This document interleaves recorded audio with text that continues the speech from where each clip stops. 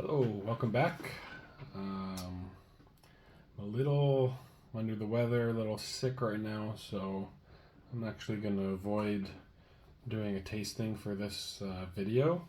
But what I am going to do, maybe this will be like a nice primer before getting into everything. I'm going to talk about my theory about tasting notes and the usefulness of them and how you might go about doing your own tasting notes as well. I have to say, I think most people have an interesting relationship with their own tasting notes plus listening to other people. I think on the one hand, it can be incredibly useful and helpful for yourself to come up with your own tasting notes plus listening to other people. But at the same time, there is a lot of bullshit for sure, and I think a lot of times it can be pretty useless.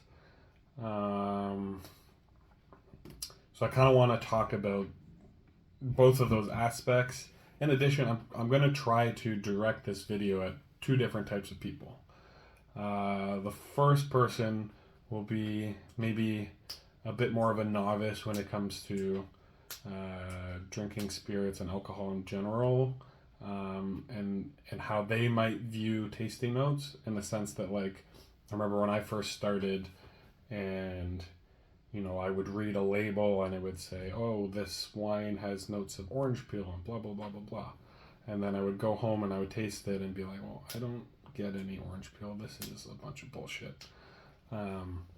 So the video is a little bit directed at them to say that it's not bullshit. But then on the flip side, there are a lot of people out there that go on with overly flowery language, overly personal kind of tasting notes and stuff, that I think are not helpful and are more self-serving than they are helpful. Because at the end of the day, I think what we're trying to do with tasting notes is we're trying to, for ourselves and for other people, we're trying to communicate what we're tasting in a glass. That sounds very obvious, but sometimes we can lose sight of that idea very quickly. So I think to direct at the person that thinks, tasting notes are bullshit, and when they see other people doing it, they think it's just some silly parlor trick and whatever. To direct at them, I'd say the most simple approach to tasting wines and spirits is trying to taste very identifiable. I don't want to say compounds, because you're not necessarily saying that you're tasting an individual compound, but like very specific flavors that communicate certain things to people when you say that you taste those things. So, like, let's look at a very, very simple example. If I say that I taste vanilla or like baking spice in a spirit, I'm communicating something very specific about that spirit, and I'm saying that I taste, more likely than not, I taste oak. There's oak influence in this spirit, right? And that's not bullshit. Those flavor compounds are definitely represented in wood, and they impart themselves into the spirit. And it's important that if somebody doesn't really know what this spirit's all about, if you tell them it's got lots of vanilla, that's dominated by vanilla, you're telling somebody that this spirit is dominated by oak. Maybe to the point that it's overwhelming the spirit. So let's get that out of the way. There are certain flavor compounds or flavor descriptors that are going to tell you you're tasting something specific in this spirit or alcohol. Maybe another note, you could talk about tasting something maybe like mildly lactic, like, oh, I notice a little bit of a yogurty kind of note, or something kind of like creamy, something really like fresh cream. that also communicates something to do with fermentation, for example, that maybe if you're talking about wine, it underwent like a malolactic fermentation, or in general, maybe you could be talking about a lactobacillus fermentation where lactic acid was being produced in general. Again, when you communicate that flavor, you're specifying something that's actually going on in the glass. You're trying to get very specific, right? I do think, on the other hand, there are flavor descriptors or ways of talking about alcohol and spirits in general that can be a little bit more metaphorical, I'll say. Or maybe you say something along the lines of like, you hear the joke, oh, it smells like my grandmother's closet, or it kind of reminds me of like a sunny day, or something like that. It's a little bit more metaphorical. I'm not opposed to those flavor notes, and actually I'll talk about it later. I do think they can have a usefulness. But I think for somebody who's just kind of like entering into understanding tasting notes and trying to communicate what's in their glass, it's best to kind of stick to these flavor compounds that I'm talking about, and actually communicate directly what might be going on in the glass, as opposed to getting into that. Yeah, so what I would say to like the newbie is there's kind of a good approach to start off macroscopically, as broad strokes as you possibly can start, and then you can start to hone in and get more specific with the flavors that you're tasting. And you can get like super macroscopic too, like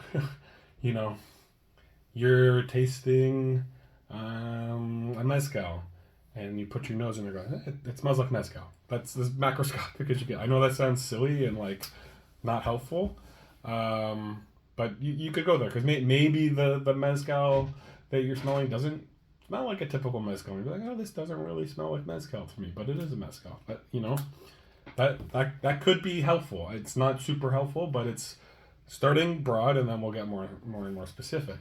To go along with that, if you start to get more specific and you say something along the lines of, oh, this mezcal, it's kind of reminding me of white wine. Oh, okay, so getting like another level down. But if you were to go and taste a white wine again and say, oh, it just smells like white wine, you're not being very specific. So there's another level you can go down. Okay, what kind of white wine does it taste like? Oh, this tastes like Chardonnay. And then go another level. Oh, this tastes like buttery, oaky California Chardonnay. You can get deeper and deeper. So generally, I think, when I'm talking about, oh, this just smells like mezcal, and be that macroscopic, not that useful. So you can break things down into bigger flavor categories, right? So you can talk about fruit. That's probably the most common flavor compound you can talk about. Fruit. We can talk about minerality. We can talk about earthiness. We can talk about, fermentation kind of things, like lactic kind of qualities.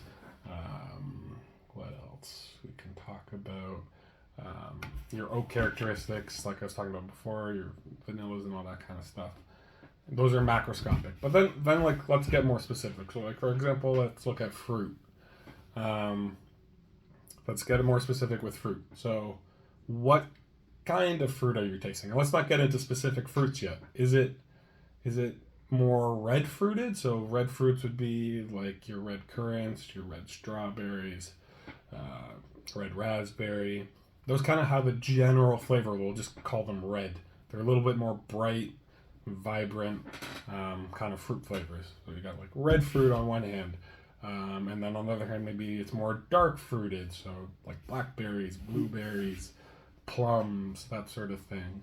Or maybe you're going to get into another side of the spectrum. Is it citrus fruit? Is it more a little bit more acidic kind of we can.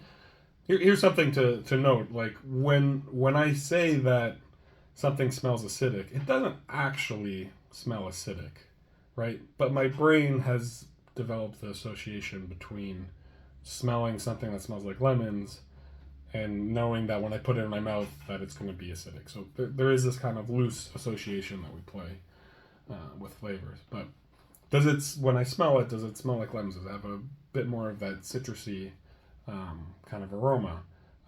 We can also talk about stone fruit, which would be, your, pardon me, peaches, apricots, that sort of thing. You can talk about palmaceous fruit, like apples and pears and that sort of thing, quince, right? The general fruit categories, right? And now let's get a little bit more specific. We're going another level deep. I think this can be one of the most important categories to kind of nail down. What is the quality of that fruit? Or maybe what part of the fruit are you talking about? So for example, does the fruit taste really fresh and vibrant? Does the fruit taste maybe a little desiccated, like it's been left out and it's starting to oxidize a little bit, or maybe starting to raisinate or something like that? Are you talking about the pith of the fruit, maybe with lemons or something that's got a little bit of a bitterness, less of that fresh, like let's talk about lemons, less of the fresh lemon, but there's a lemoniness to it, but it's more dulled and maybe has a more like bitter kind of component to it. Is it maybe more of the skin of the lemon where all the oils are and it's really like vibrant lemony kind of flavor versus the flesh? Like I think for a lot of newbies, when they hear me talk about this, it's like, oh, what the heck, lemon's lemon. But no, there are differences and we can start to pick them up. So talking about the lemon example, if I'm tasting more of the pith of the lemon, for example, maybe it's because I'm tasting some actual bitterness in the alcohol, and maybe that communicates something to me. The quality of the fruit, when I was talking about, is it desiccated or something, or is it oxidized? The same processes that a fruit would undergo outside of an alcohol. So if I just took an apple, I cut it open and I left it on a table, and it started to oxidize, it started to brown, and I taste that, and I can notice that it's starting to brown, it's not so fresh anymore. Those same sort of processes will go on inside a spirit as well. Is it like micro-oxidizing in a barrel or something like that, right? Though that is happening, and you can pick up on that, and you should comment on it because it's communicating what I'm tasting in the glass. And then so we're talking about the categories of the fruit. So we went from fruit, okay, the spirit's fruity. The general families of the fruit, okay, this is red fruited. And then the next level down rather, would be it's a little more desiccated. It's starting to taste more like raisins. And then maybe you want to get very specific and be like, this tastes like raisinated cherries or something like that, right? And that's kind of like, maybe you can go another level where you can specify the type of cherry. You can get very specific. If you're the flavors that are in your head, I like to call it like a flavor library. It's kind of like a catalog you build in your head of like you've tasted a lot of things and they become like reference points for you. For some people, those flavor libraries are very robust because they taste a lot of different things. They're always kind of challenging their palate. They're things that you can pull on. But for somebody that maybe doesn't practice, and this is like tasting is something you definitely want to practice, who doesn't taste a lot of things, that can be more challenging to get more specific. So it is important that you taste lots of different things, not just from alcohol, but tasting different foods and base ingredients, whole foods kind of thing, that can build up your flavor library so you can start to get more specific. But what I'm trying to say right now is, as a general approach, if you don't have that, you can still communicate what's in the glass by starting more macroscopically, going more broad. And then maybe you can try filtering through your head, like all the things that you've tasted in your life. You can try to get more specific and like work your way down to maybe saying something that to you right now might sound pretentious when you're like, oh, this tastes like pears that have been left out for too long on the counter, or this tastes like Meyer lemon pith, or something like that, right?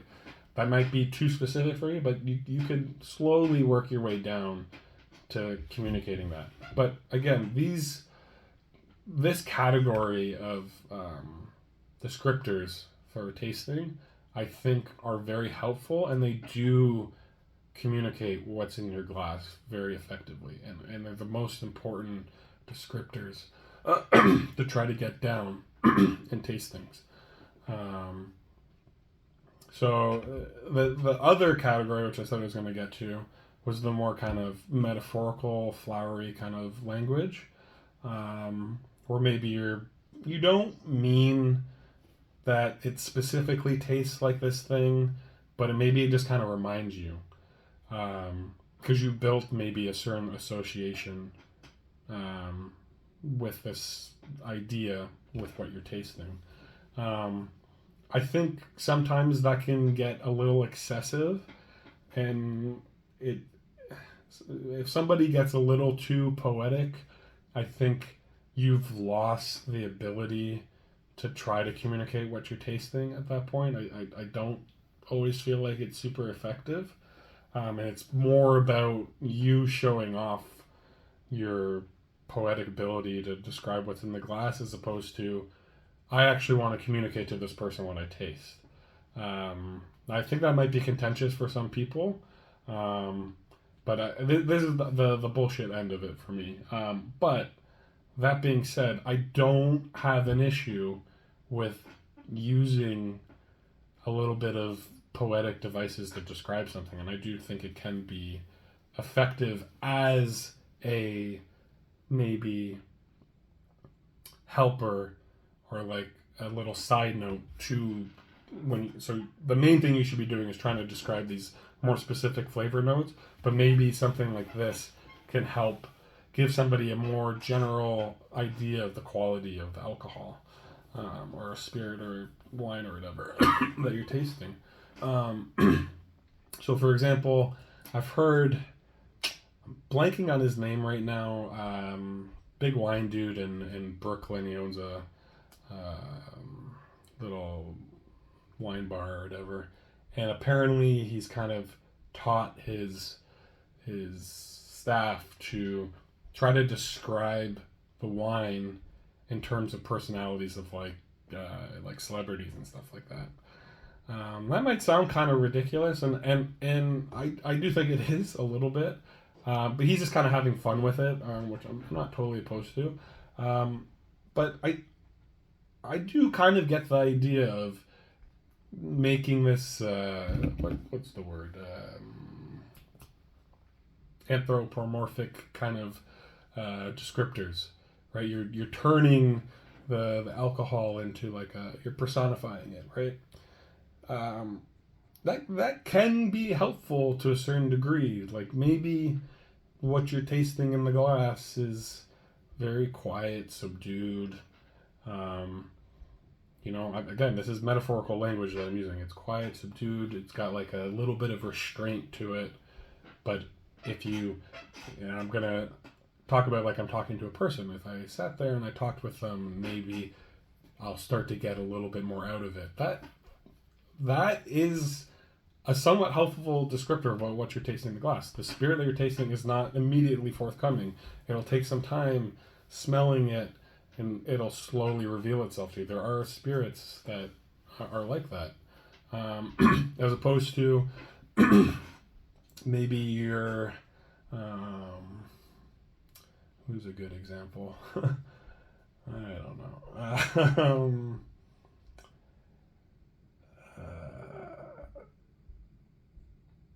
What's his name? Gene Simmons of kind of personality type in a spirit, where it's like it's out there. I want you to know exactly what it is. It may not have like a ton of depth to it, but everything's on the surface for you, and you know exactly what you're getting. It's very exuberant and filled with character, but it's all out there, right? That's a good that is a helpful descriptor about what you're getting in a glass. Again, but if this is solely what you rely upon to describe the spirit, you're lacking specificity, I should say. It's a little too flowery, and again, I think it's a little bit too much bullshit. But it can be helpful, and I think what we're doing when we're describing spirits in this way, we're kind of talking around something because we're not able. We really struggle when it comes to taste and smell to communicate effectively. It's not the same as like our visual senses where we have a lot of words and descriptors to describe what we're seeing visually.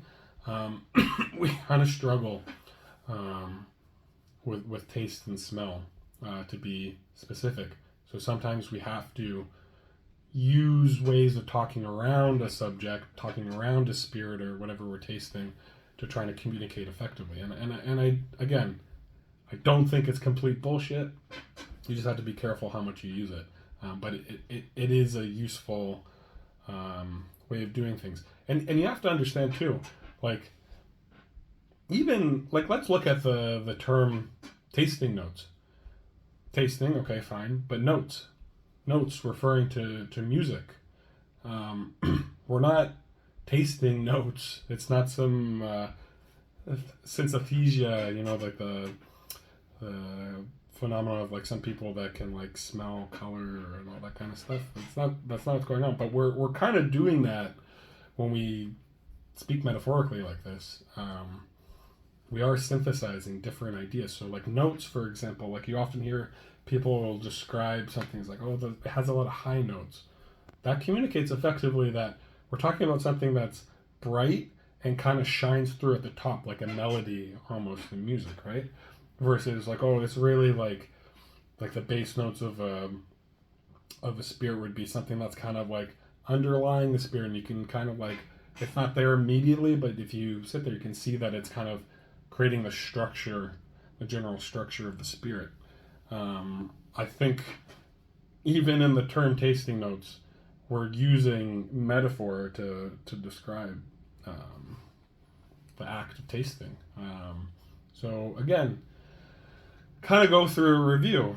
So I think somebody who's first kind of getting into this, I think the most important thing you can do is try to hone in on these important flavor categories first, and then you can get more specific, that do communicate something that would be in the glass. And I don't think there's any bullshit about that whatsoever. So that's on the one hand. On the other hand, the more flowery, poetic language, while it is can get a little exuberant and a little silly sometimes, and not the most effective, it does have its role at the end of the day. And I think a combination of the two, used effectively, can be very communicative of what you're tasting in a glass. And that's ultimately the most important thing that we're trying to do when we're doing tasting notes. And I think some people lose sight of that. Again, it becomes like an ego thing of like, how much can I taste in this glass? And how poetic can I get about what I'm tasting and make it sound like it's some magical experience. Don't get me wrong, sometimes you can have a magical experience with what you're tasting. But sometimes there's just an overemphasis of that with tasting notes. And yeah, it's silly. But the metaphorical language can be very effective as well. So a nice combination of the two could be something that you'd want to work towards. But really, I would say the most important thing is to focus on those base categories and build up a flavor library in your head that you can rely upon effectively.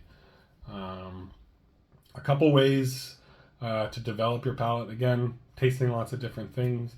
There are some like flavor kits that you can find, which I think can be helpful to just do them blind and try to be able to identify different flavors.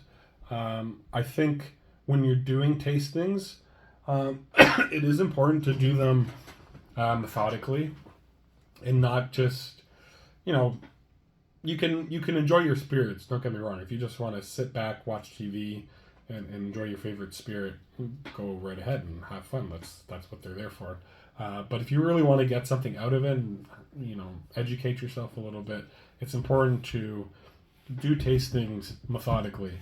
And I think the best way to do that is always to compare and contrast. I don't think it's super helpful to taste things on their own that often. Unless you're already quite well acquainted with the spirit and you've already pulled out a lot of what you like, the complexity that you feel like you're tasting in it, then you can do it on its own. But if you're kind of like first introducing yourself to the spirit, and again, introduce, kind of like idea of like meeting somebody, just throwing it out there. But when you're first introducing yourself to a spirit, I think it's really helpful to taste it alongside other spirits. Generally something similar, so like do like a mezcal flight or do a rum flight or something, and to compare and contrast. That's helpful for two reasons. I think the big reason is like palate fatigue, which I really struggle with. I don't feel like I have the best nose or palate on like a physiological level. But so like for me personally, like when I smell and taste things, I feel like my palate fatigues very quickly, and like sometimes within 5-10 seconds I'm like, okay, I got to give that a break.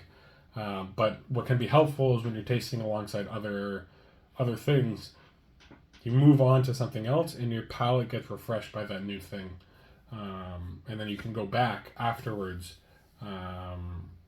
and you'll pick out new things again or remind yourself of what's going on. So yeah, tasting alongside other things is helpful. I think also super helpful. It's one of my favorite things to do. I love having people over and hosting tastings. Sometimes it's an ego thing for me, and like I want to show off my collection. But a big part of it too is like I really love it when somebody that I know has like a great palate comes over, and we can like share ideas with one another about what we're tasting. And everybody has like blind spots in what they taste, so having somebody else there to kind of maybe fill in those spots for you can be helpful. And even having somebody who doesn't drink a lot is actually super helpful too, because they might not be so inundated with the lingo that gets thrown a lot around with tasting notes and stuff. So they come with a super fresh perspective, which can be helpful too. So yeah, doing flights with lots of different things, tasting with people, I think are some of the best ways to develop your palate, in addition to trying to taste as many things as possible. And write things down. Like I've got like tons of notes, and I write down like, okay, today's November 15th. I write November 15th, and I write my tasting notes under the spirit, and then I keep on going back to it. And something that can be helpful with that too is you can also note how maybe your spirit is changing as it's been open. You notice how it dulls down or whatever. But keep on going back to it, write it down, and I think most people will be surprised how quickly they develop their own way of doing tastings and developing their tasting notes. And I think everyone's capable of it. They get intimidated by the bullshit that I was talking about earlier, and I don't want people to feel that way. I think tasting's for everyone, and everyone can develop their palate. One last thing,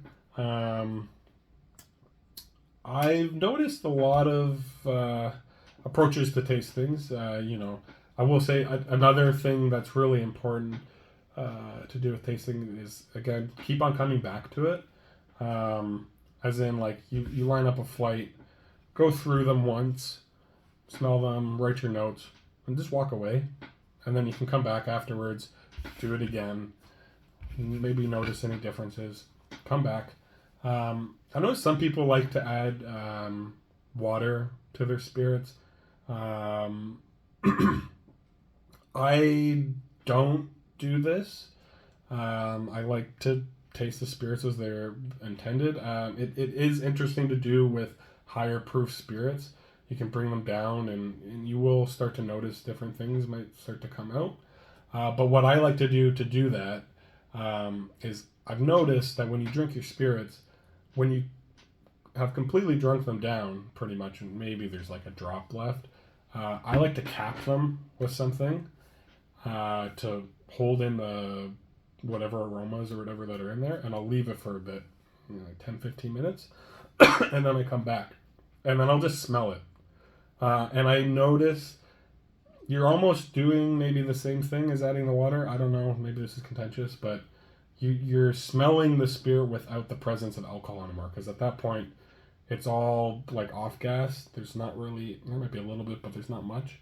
And no, you can't taste it at that point, but I think your sense of smell is probably just as effective at picking out notes. And I personally generally enjoy the nose of a spirit more than I end up enjoying the palate. So you can still pull out lots of things that way. But I find, come back, try this. Do a little experiment to do at home. Do what I said. Drink through your spirit slowly. And then when there's nothing left, leave it. Don't wash it. Come back 10-15 minutes later and note how different it is. And I think it can be a super enlightening experience to taste it that way. And you'll notice things in the spirit that you didn't notice before. In a massive way that I think even the water method doesn't do. So yeah, just my general ideas about tasting notes. I can't really taste right now because I'm a little sick. Yeah, so practice those things and get better at tasting because it's super fun. So yeah, see you next time.